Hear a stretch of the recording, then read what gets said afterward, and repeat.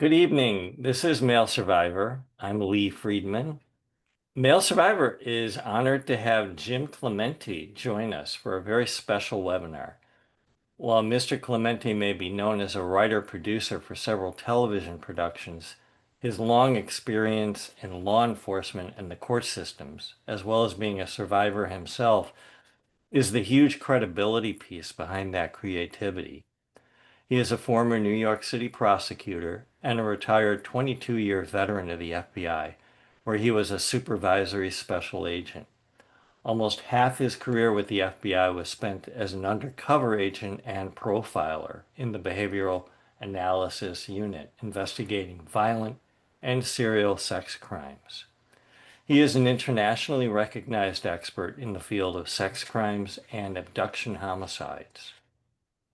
Today, Mr. Clemente is founder of XG Productions, a cross-platform development and production company.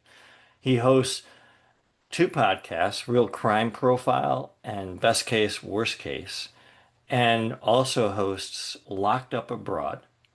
And he is the writer-producer for the long-running ABC CBS procedural Criminal Minds, as well as having worked on several television productions that are just too numerous here to mention.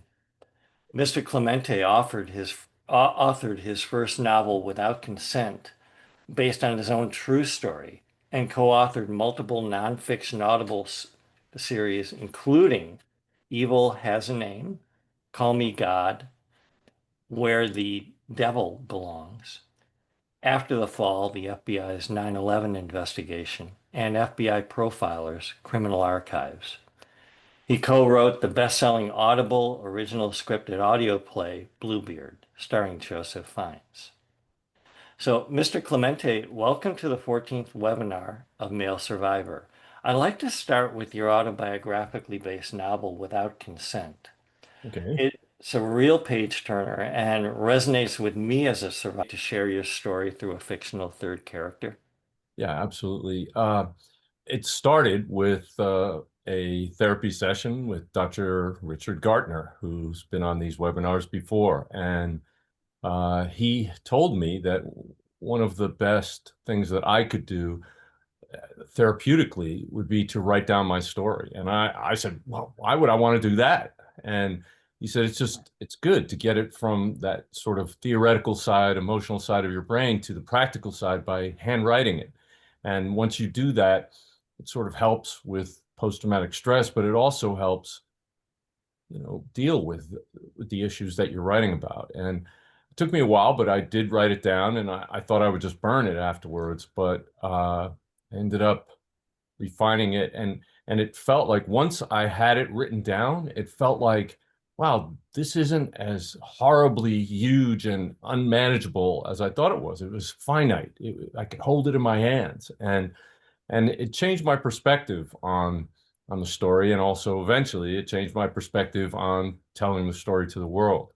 So I changed it to a fictional version, closely tied to reality, um, because I was prosecuting child sex crimes at the time, and I wanted to talk about the cases, but I didn't want to have to revisit those victims and get their permission to tell their stories. So what I did was I fictionalized those stories, changed names, places, and events, so that I could publish it and not sort of invade their privacy. And so that's really how I created the character Dante. You're a good storyteller, and especially when it's based on reality. Uh, you know, I don't know that I could make that transition from an I to a him, uh, Mm, you know, uh, person transition. But that's amazing, and the power of writing a person's story. We do have a lot of registrants here who are on malesurvivor.org on the forum, and we invite a lot of them. We invite any of them who are survivors to share their story. There's a special section just for stories. Uh, yeah. can you talk about the power of writing one story and why that is such a healing thing when you would think that sharing it would carry a little bit more trauma and having to relive it.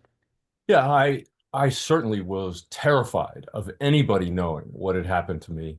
I tried to avoid thinking about it even, but then as I sort of got involved in a case, I realized that boy, this could come out, and I did everything I could to hide it, and I didn't want any of my colleagues to know. I hadn't talked to any of my family members about it.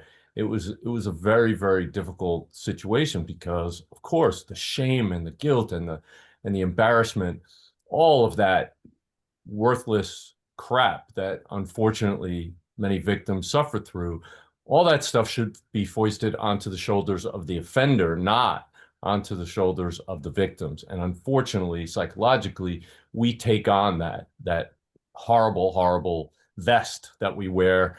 And we worry that when people know they're going to judge us, they're going to look at us differently, it's going to destroy our lives. Well, that's not true. And the power of telling your story is that it breaks you out of that. It can break you out of that really that kind of terminal darkness, that feeling that, this is your fault. This is something that you should be blamed for. It helps. What helps many times when you tell your story, people will tell you, look, I've never told anybody this before, but it happened to me too.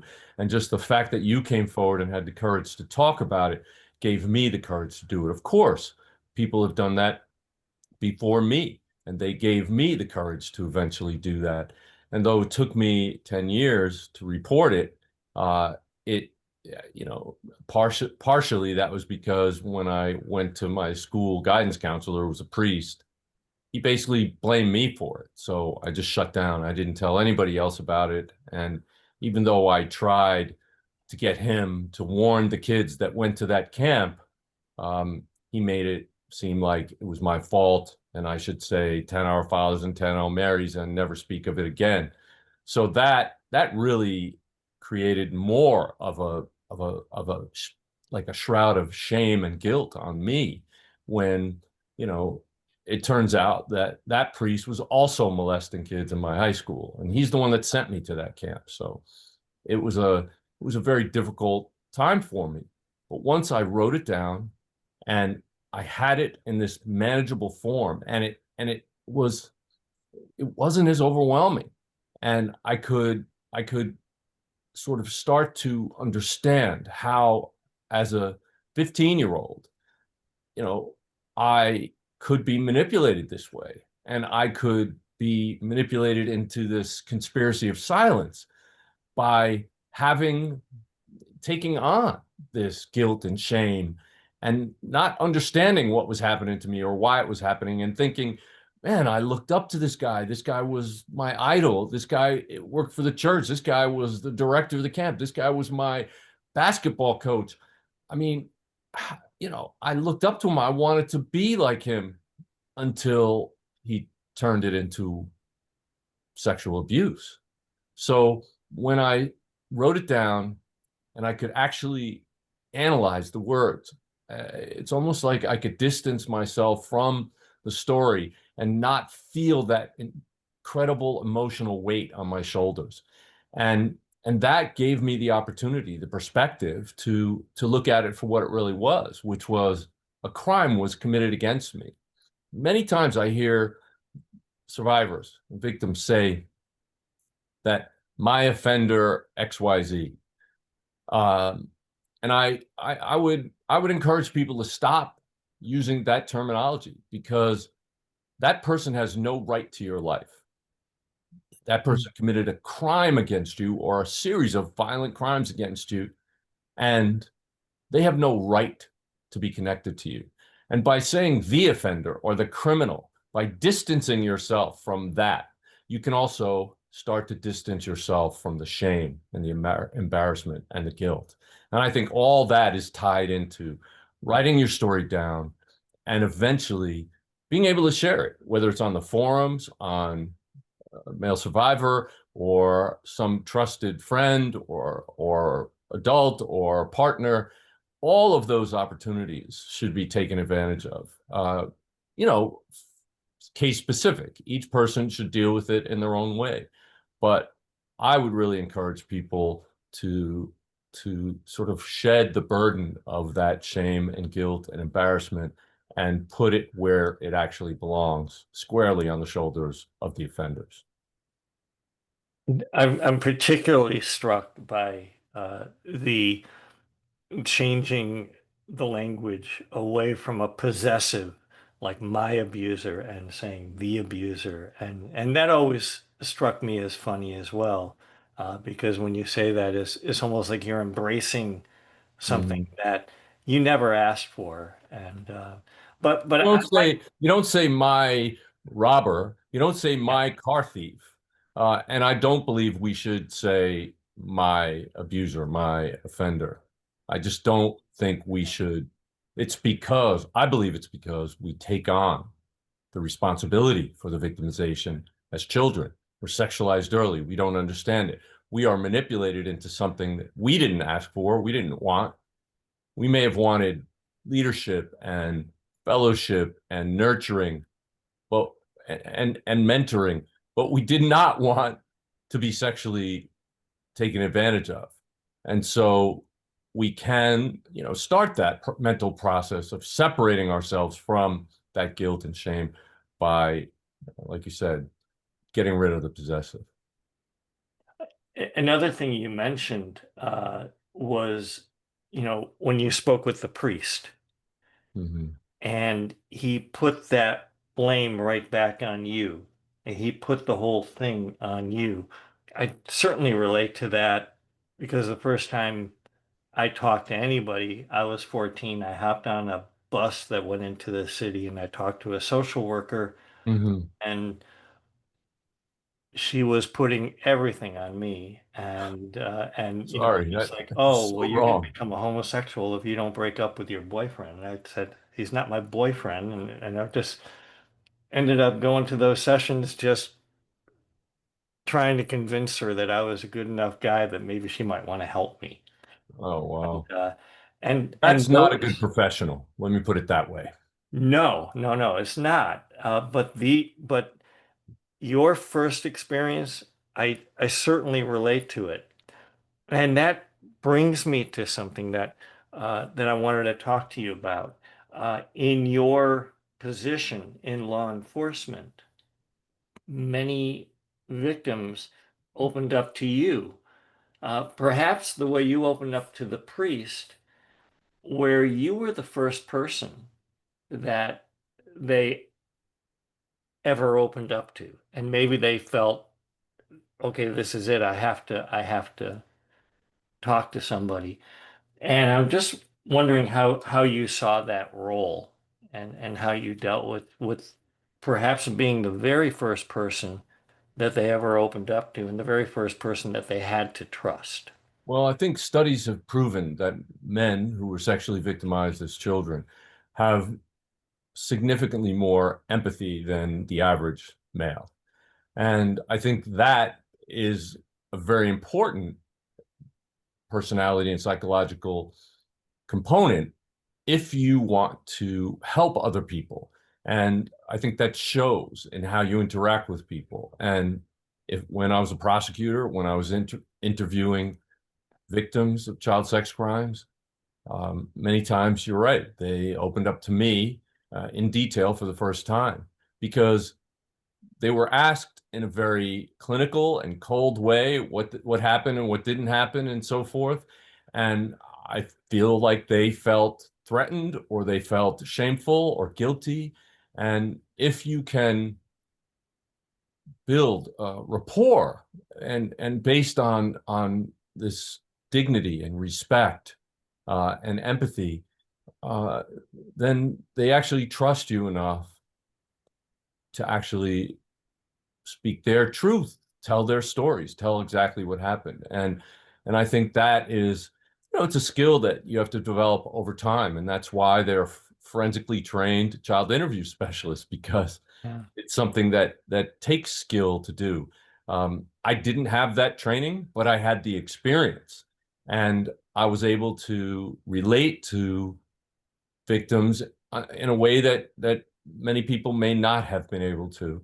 And I think that just my willingness to talk about things in a sort of calm, reassuring manner. Many people, when they're talking about sex crimes, sex in general, they get a little hanky. They're not used to talking about it, especially with kids. So they're not relaxed about it. And I think that what that does is it creates a barrier rather than opening the doors to them disclosing fully. Um, I want to take just a moment to introduce a couple of other people, well, three other people on the panel here. There's Murray Shane, who is the president of Male Survivor. Nathan Lachine is a board member like myself. I believe we're all labeled. And Suman Sangera has joined us most recently as a board member as well. And just wanted to let our registrants know that if you have any questions that you would like us to ask our guest, please feel free to send them along. We have a little chat function here, and believe Nathan will be there to help field those questions and bring them to Mr. Clemente. I have a question for you, Jim. When people Sure. do disclose to you, say for the first time or certainly in detail, that they're addressing someone who represents ultimately justice, which I imagine has another kind of impact on your relationship with them because um, the fact that you can write things perhaps in a way that no one else could, I assume that has a very powerful impact, maybe on you as well. I don't know, but I would assume on survivors who who come to tell you what's happened to them and so forth.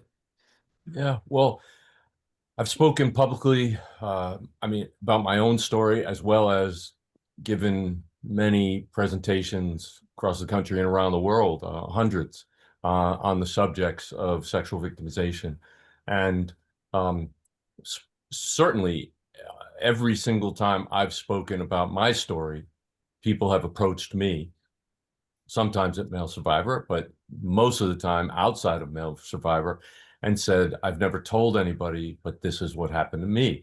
And I think that the fact that I am open about it, that I feel absolutely no shame or guilt, and I do not take the responsibility at all. I put it squarely on the shoulders of the person who sexually abused me.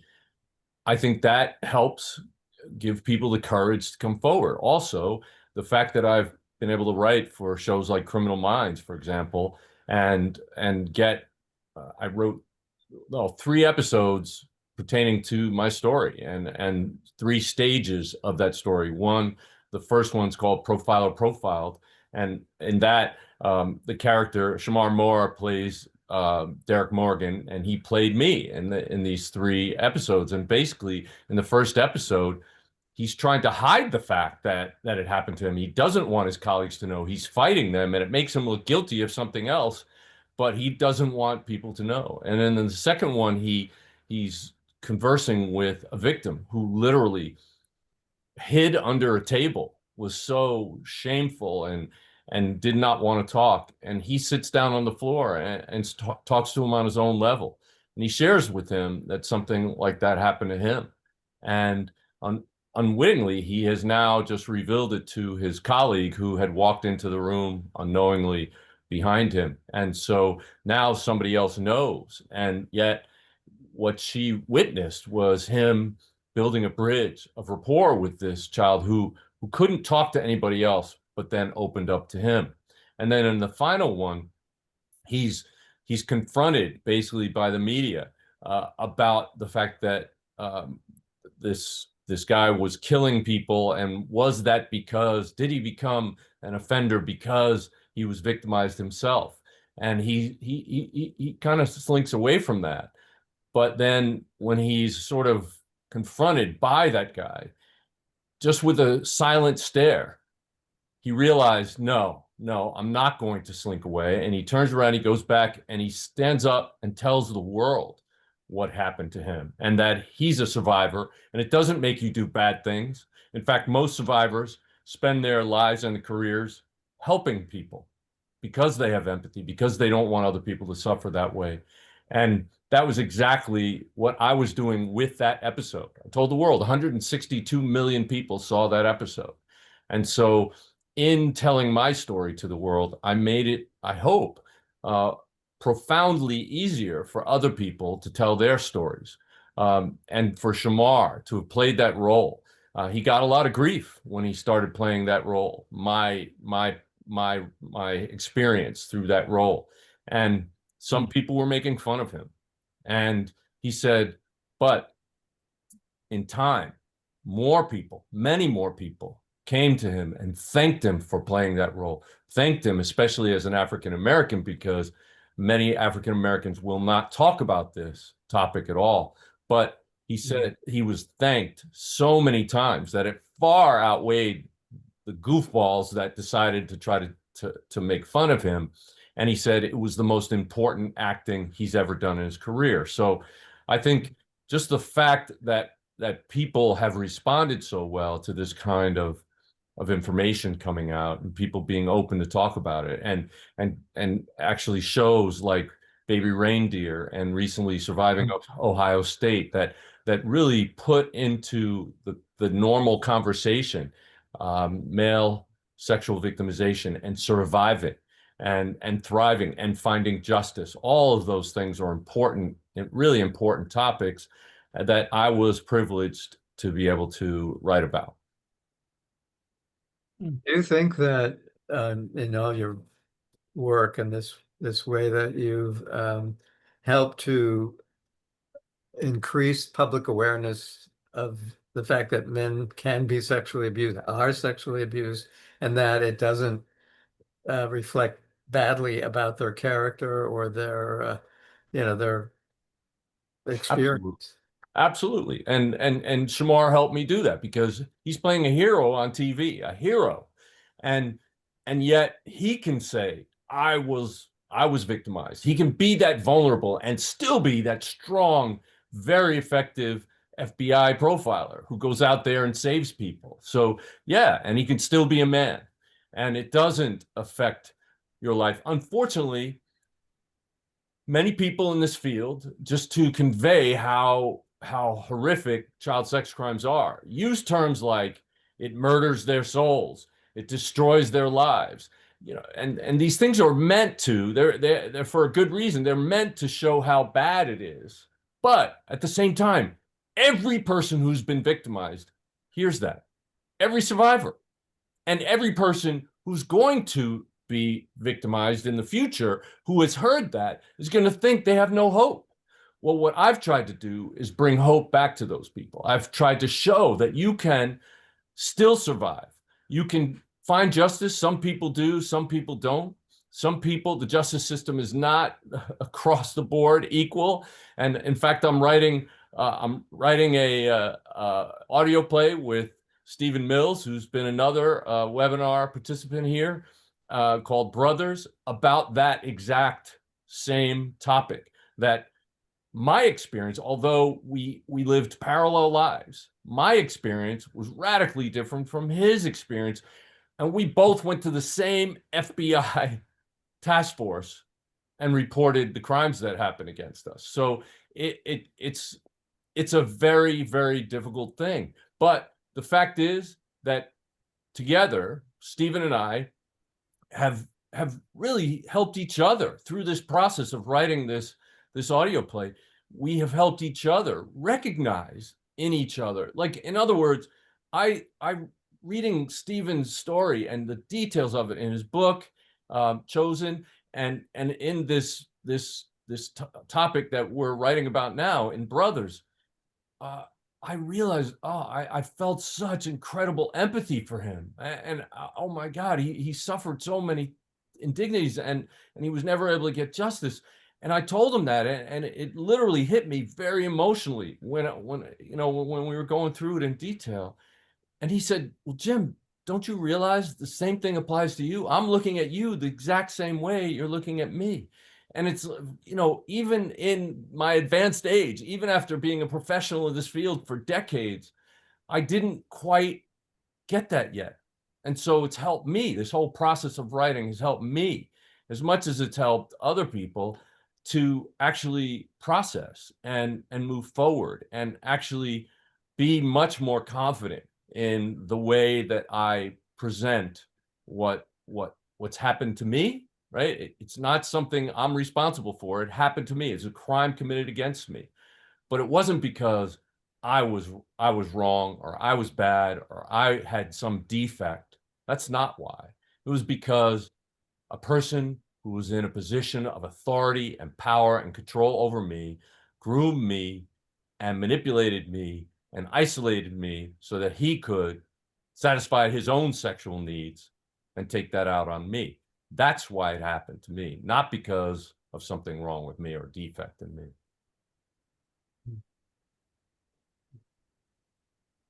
It, it's interesting when you talked about you and Stephen uh, comparing and sharing this empathy for each other, that maybe you didn't quite feel as much for yourself.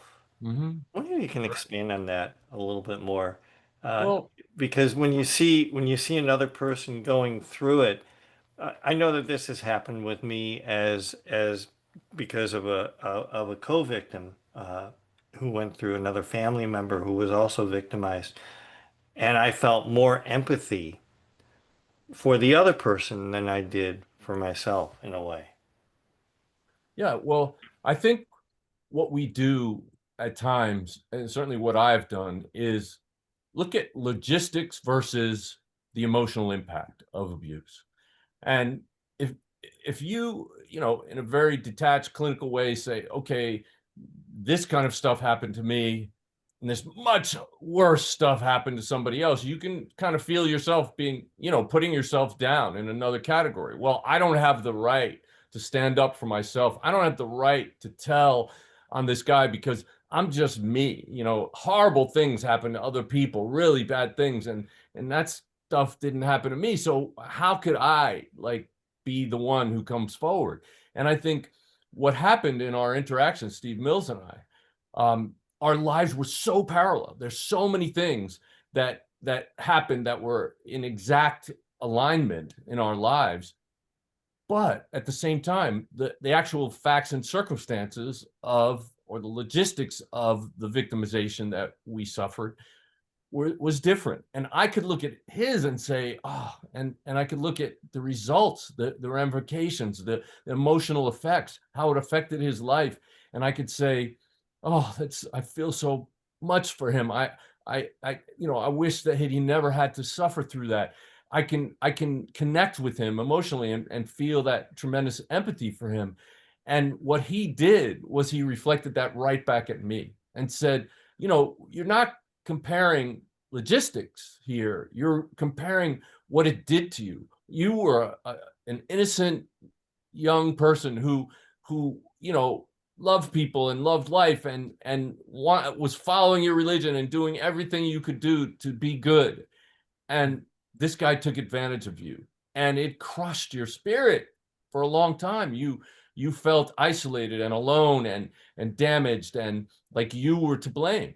And he said, those are exactly the same exact things that I went through. And so as we realized how much more we had in common in terms of the ramifications of the abuse we suffered, I think we became more on the same page in terms of, wow, the impact it had on your life is very similar to the impact it had on my life and the lives of most male survivors. And it's not the specific things, the acts that were done, the crimes that were committed. It's more the incredible emotional toll it takes on you, the psychological toll, and the difficulty it is, fighting your way out of the abyss that you might be in alone. And that's why it's amazing that I found Dr. Gartner, and he got me started on the path of recovery. And I am ultimately so grateful to him for that, and to Mike Liu and to Murray Shane, all of whom have been incredible mentors and leaders in this field and have helped me not only help myself, but help literally, it's force multiplying. I've reached literally millions and millions of people around the world because of what they've done for me. Wow. Well, as a psychiatrist and treating men who've been abused, often the presentation in the therapy session is very different. Many men will minimize the impact, even the events, as a way of denying that, in a way that it affects them at all. And some men Is it actually trying to be a man? I know, and some men actually come into therapy for something totally different. And in the course of doing, a history, I elicit the fact that they had been sexually abused, and the response from so many of them was, "Well, that happened, but it didn't affect me." And Uh-huh. you can't make an argument. Well, of course, you're here. Your life is a mess because of it. It might have something to do with that. It's a very different perspective than having someone who's pouring out their experience and their feelings of shame and so forth. These guys haven't even arrived there, Mm. and so it's the gamut is really quite Well, denial is a survival tool. I mean, yes. if they knew that, and I've advised many men and even boys who have I've worked the cases, and I've advised them, look, not only should you go to therapy, but you should start with the worst thing. You should say right from the beginning, because I've been through there, where you're building a relationship with this person, right? And you're afraid that, oh, if I say this most horrible secret stuff, that it's going to ruin it, and I can't get over that wall yet. Well, that mountain yet. And what I said, you will make it so much easier for you and so much more productive if you start with the worst thing. I mean, first thing out of your mouth. And that will help you, because then it sets the stage.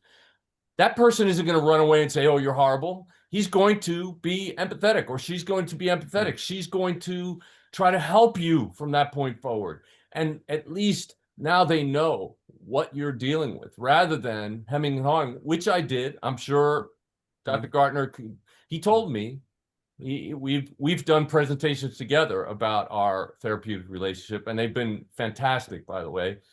And he told me that when I started, I could not speak the words. I couldn't say the words. I was trying. He knew I was struggling, but I couldn't say the words. And to me, another thing was that I went to Dr. Gartner because I saw in the West Sider, it was a magazine, news magazine that they published maybe once a month on the Upper West Side of Manhattan, where I was living, and it was an ad in the back, and he said that he was looking for men to form a group for sexual victimization of males in Manhattan. And I was just like, how is he ever going to get like 5 or 10 people from Manhattan who are sexually abused? I mean, that's just insane. Like, I could not fathom that is even a reasonable possibility. So I called him up and I made an appointment, and that's what I asked him. I said, how do you expect? And he goes, I have over a dozen, and I put it in the paper just this week. So, he said, there are millions of men who've been sexually victimized in this 20-mile radius here. Millions. And I was just blown away. I could not believe that. Again, the isolation you feel like you're the only one, even though theoretically about other people, you don't really believe it. You feel like this is something that happened to me, it's my fault and all that. So that process was very difficult for me. But once I got past it, once I wrote down my story, once I started speaking out publicly, Dr. Gartner was just shocked at how much more life I was living. And I wasn't, this shell of a man who was hiding from this dark secret. You had mentioned at one point about denial and about coming to terms with really what happened to you. And I'm wondering if some of that, in many cases, is just not so much denial, but just redefinition. And I just speak from my own experience that I knew what happened to me, but I really redefined it as being my fault, versus, and it made me not so much a victim, Yeah. but Well, I'm not yeah, saying that people are denying that something happened, but what I'm saying is the denial is that the person who committed that crime against you is not you, it's that person. They're the ones that are the bad guys. You may not be admitting to yourself, as Dr. Shane pointed out, that this affected you in any way. And that's the form of denial I'm talking about. yeah, And you may also not be admitting to yourself that you have taken on the blame, that you feel like you don't want to talk about this because, that sort of really is a threat to your masculinity. It could be a threat to your autonomy. It could be a threat to how you feel about yourself. So once you get past that, once you can take that blame off your own shoulders and put it where it belongs, it's freeing. It's like a mountain lifted off your shoulders. It's often hard to do because the grooming can be so powerful Yes. that Well, it's yeah. really Well, hard it to. is, because what happens with grooming, and grooming is nothing more than it's innocent seeming behaviors that seem like caring and mentoring and things like that, and gifts and affection, and attention, all those things from somebody who's older and somebody who you look up to and somebody who's in a position of authority over you. All of those things can be very, very enticing. And as I said earlier, what you want when you're a child is nurturing. You want to feel safe, and you want to feel that you are worthy and that you're a good person. And what that person does with grooming is bring you into something and then maybe start the secrecy aspect of it, or maybe start the tousling your hair, or a touch aspect of it, that then will be then turned into much more sexualized behavior that you weren't looking for. Most of us, we didn't even know that kind of stuff existed. And so what happens most of the time is that you're shocked by it. Then you engage in what we call freeze, fight, or flight. And many people will just totally freeze. And then they feel more guilty because they didn't do something about it. That seems to be inconsistent with being a man, not fighting back, not, running away and telling.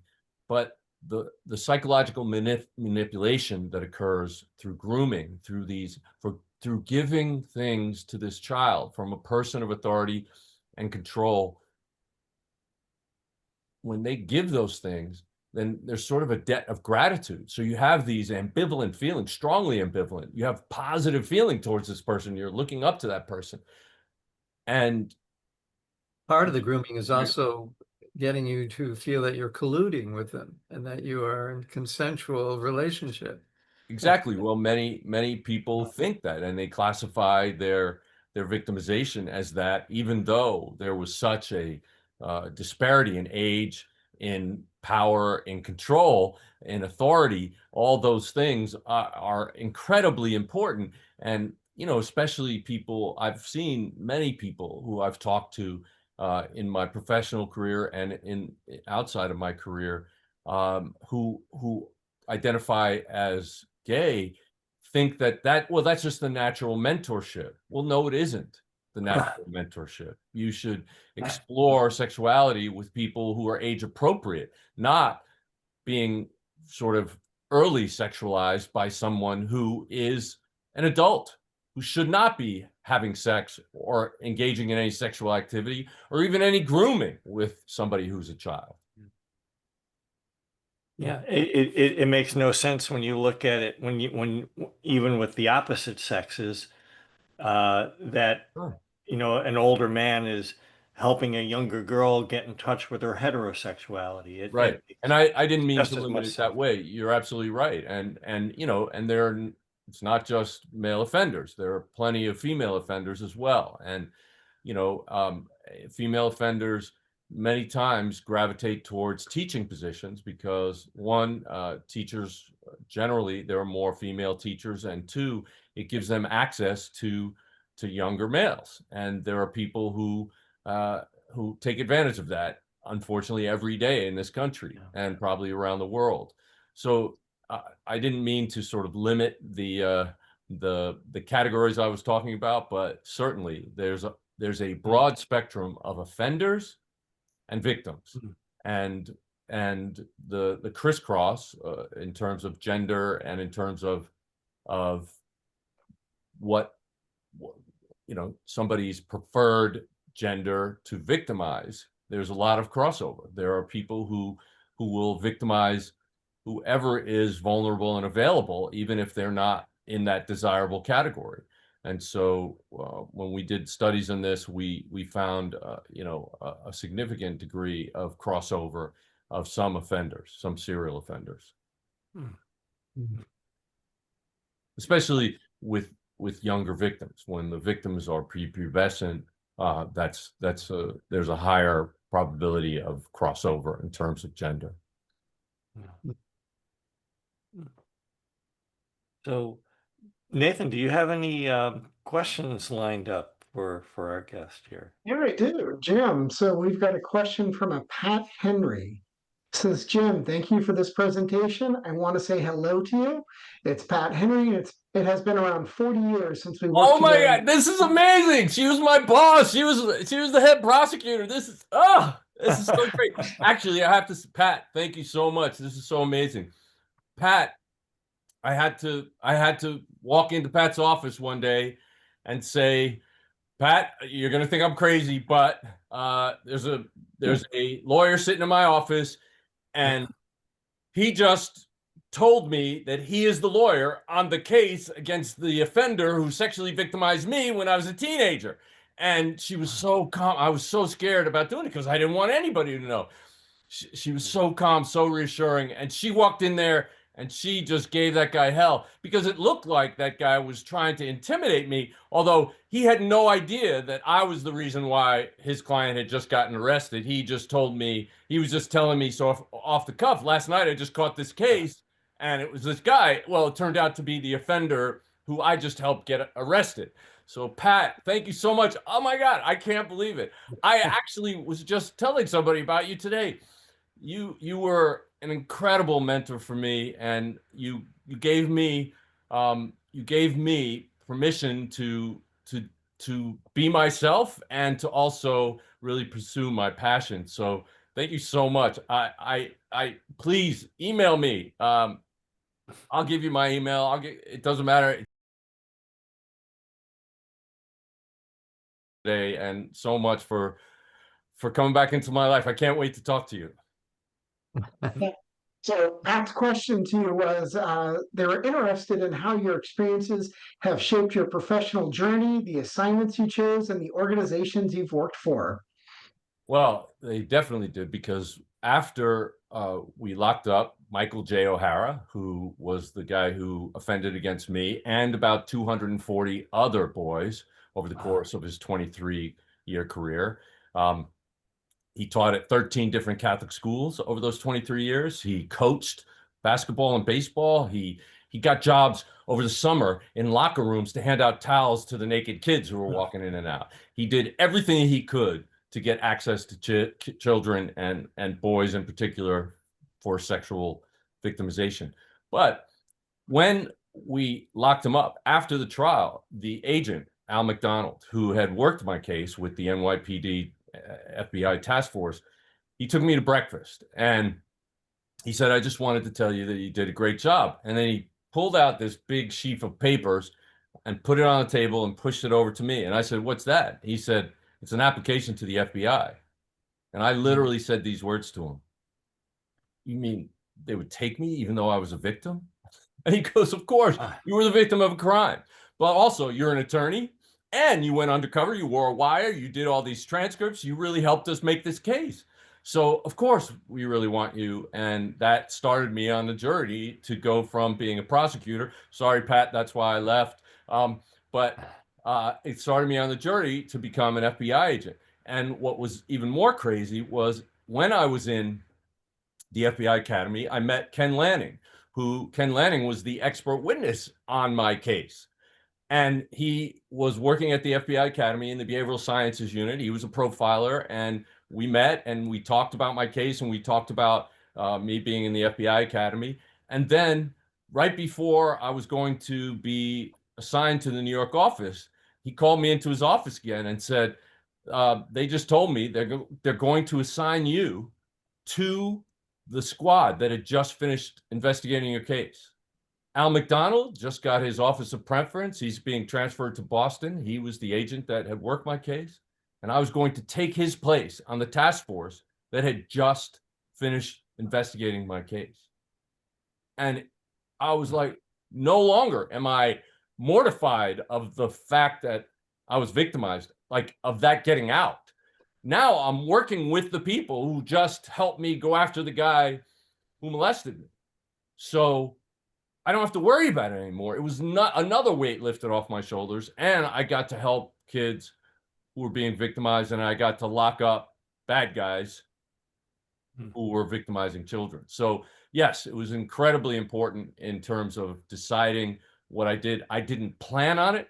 I literally took the steps. When I found out there were multiple other victims, I went to the FBI and NYPD task force. I told them my story. I did everything I could to help them, although I was scared to death of meeting O'Hara and wearing a wire. It just happened coincidentally. And when it happened, I called up the FBI. I said, come wire me up. Let's go. And I did. And I met with them a bunch of times and we were able to lock them up, find current victims and lock them up. And you know, it really set me off on my career. So I can't tell you how much I really owe to Al McDonald and Joe Gelfand and Chris Montanino. Those were the detectives from NYPD that worked my case, and Becky Montanino. They were all incredibly, she was an FBI agent also. They were all incredibly supportive and helpful, and not once did I feel judged or like I was damaged goods. And they really welcomed me onto that squad after Al left. And this is really all in your book, Without Consent. And I thought I'd give you a little plug on this one because I've read most of this book. I'm finishing it up now. Without Consent by Jim Clemente. It is an amazing journey. Of course, it's fictionalized, but everything that you just shared is pretty much in the book. Yeah. Well, So. yeah, and you know, I made it a point at the end to sort of do an author's note, in which I went into more detail about what happened with me and certain experiences that I had that led me to publish the book. Because again, when I wrote it down, I had no intention of publishing it, and I wrote it mainly in, let me see, 1989, 90, 91. Put it on a shelf for many years, a couple decades, I think, and I published it in 2014. I did revise it, and I certainly fleshed it out more and made it into a novel. But it was it really was as a result of speaking at Male Survivor. The first time I spoke was right after 9/11. I think it was October of 2001 in New York. And but being able to speak and getting so much support from Male Survivor and from other survivors and from all the professional, therapeutic side of Male Survivor. Like I said, Murray Shane, Mike Liu, and Richard Gartner were some of the incredibly helpful professionals that helped me build up enough confidence in me and in my and in my story that I can write about it and not feel even the slightest bit of shame about it. I read that section at the end, and I was particularly struck by what you said about how that affected your relationship, I believe, with your mother, Mm. and how that interfered with that. And I really related to that, having, gone through similar with my father. And, Yeah. you Yeah. know, it, Well, it, it really describes the cost, one of the costs of the abuse. yeah. One of the regrets that I have is that I was never able to talk to her before she passed away about it. And she asked me all the time, she said, Jimmy, you used to be such a happy young boy. You used to be so bright and cheery, and you're so dark. You wear all these dark clothes now, and you know, and so I was trying to shrink away. I wore oversized dark clothes. I didn't want any indication of my body or myself Mm. be evident. It was always me kind of withdrawing into my shell, right? And I think Dr. Gartner described that very accurately.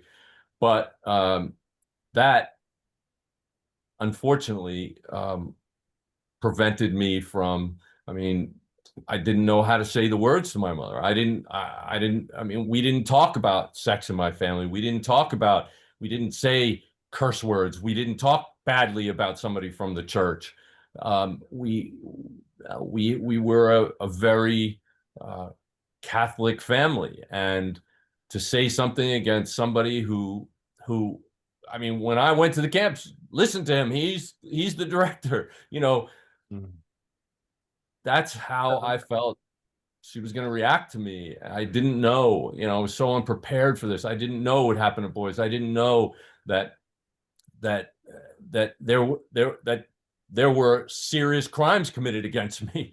I didn't know that I could walk into the police department and get him arrested in 30 seconds because I felt like it was all my fault.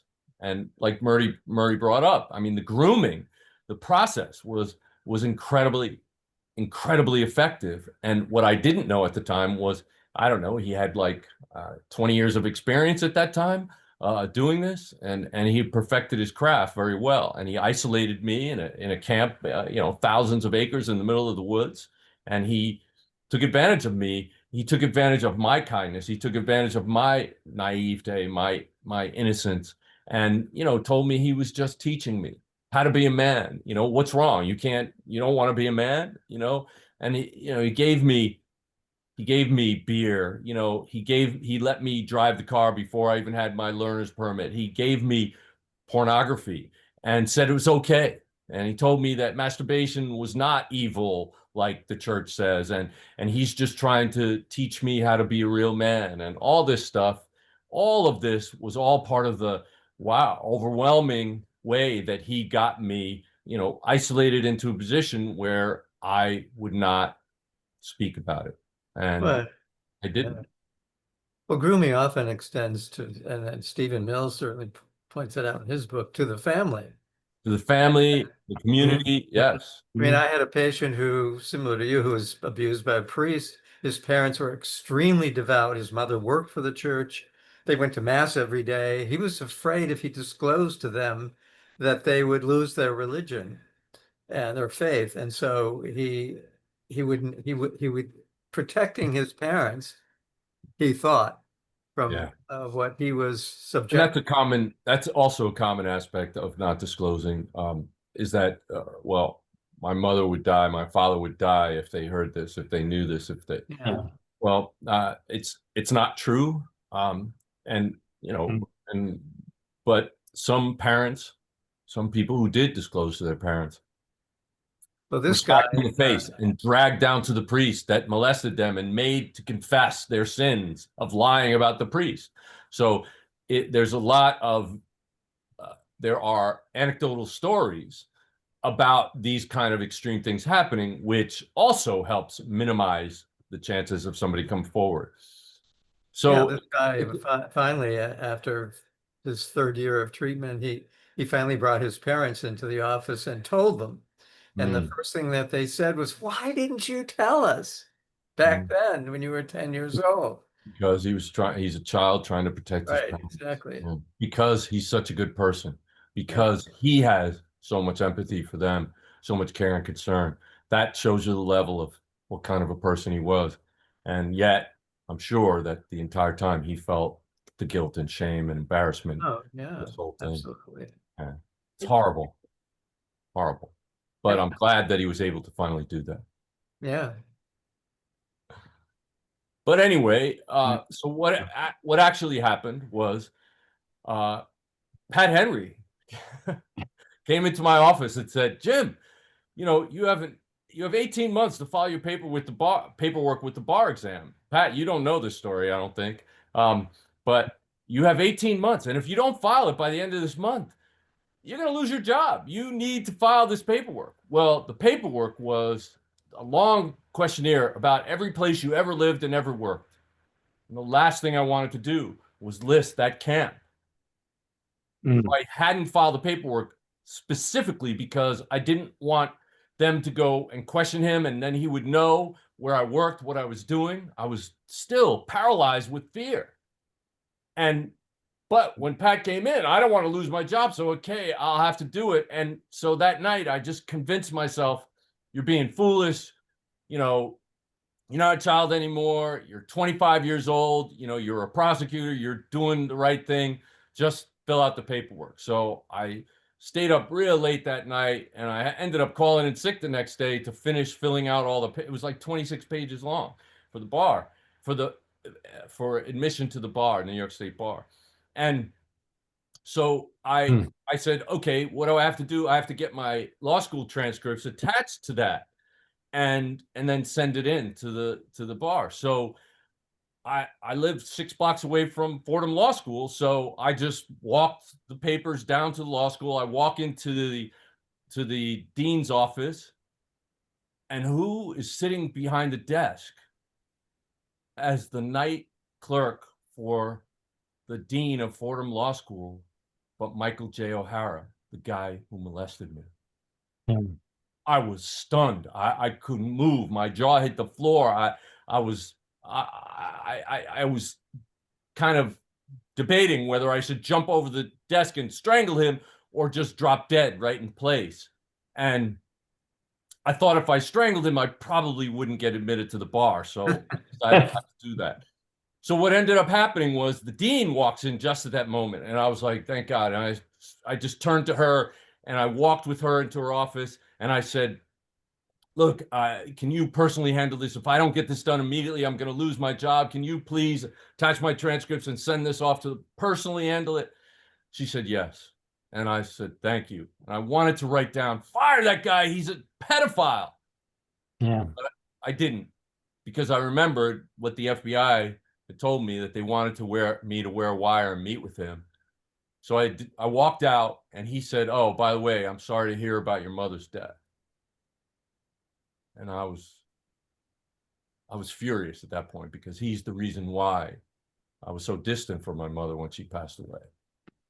And so I walked outside and I went to a phone booth. They had phone booths back then. And I called the FBI and I said, I know where he is right now. Come and wire me up. Because before that, when they asked me to wear a wire to meet with him, I said, absolutely no way. I'm not going to have a civil conversation with this guy. I've had dreams of meeting him in an alley with a machine gun, but I'm not going to sit down and just talk to him like everything's cool. Well, at that point, he had got me so pissed off that I said, let's do it. And they wired me up, and I went back in and met with him, and we set up an appointment, and we sat down for, I don't know, an hour and 45 minutes or something. And I got him to talk about it. And I mean, just in that night, he admitted to molesting dozens and dozens of boys over the years. Yeah. But just the discipline to submerge the more visceral feelings in the You had to, meeting yeah. and maybe the subsequent ones. It's also survival, you know. Yeah. And sorry, Pat, I didn't come and tell you that at work the next day. But that's what was actually going on at that point in time. Mm.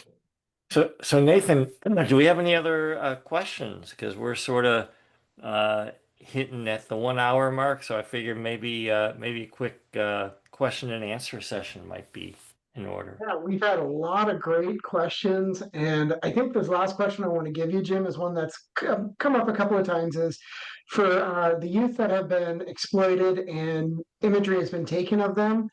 What can they do now as an adult? Would you give them a suggestion or where they can turn to, or how, or what can they do about that CSAM material? Yeah, that's a tough one because of social media, because of the internet, and because of the fact that images on there are relatively perpetual. But there are companies that can scour the net um, for images to try to delete them. Unfortunately, it doesn't capture. It won't likely capture everything because if you just alter the picture slightly by cropping it or changing something in the color or one little pixel of it, it doesn't pick up the same thing. However, I do think that AI might be a tool because it's emerging in such a way that it will be used by law enforcement to help scour the internet for images that violate the law, but also hopefully it will help victims who are surviving get rid of access to those images if they are out there on the internet.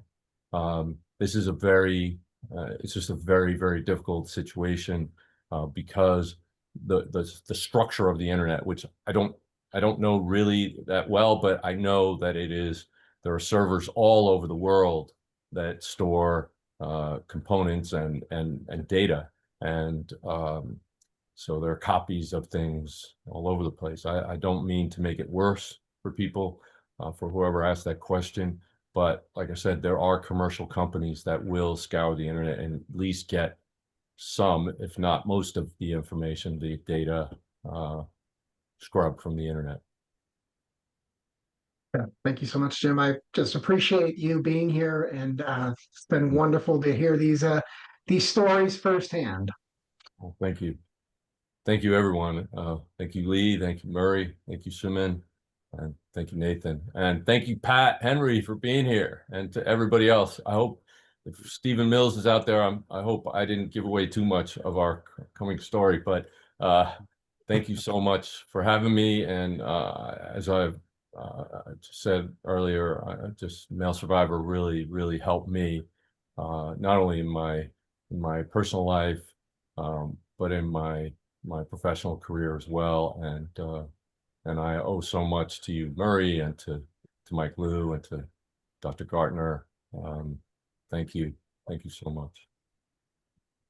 Thank you. And we will have this posted to our webinar of recovery page at webinarofrecovery.org. It'll be a couple of weeks before we get it up, and we'll add links and any other pertinent information that may have been referred to during the webinar. I'll have it in a format so that people can access it, and we'll send out a notification once it posts. Great. Thank Thank you. you very much, Mr. Clemente, and I'd like to thank the rest of our panel for being here. And with that, we'll say good night. Take care. Right. Bye-bye.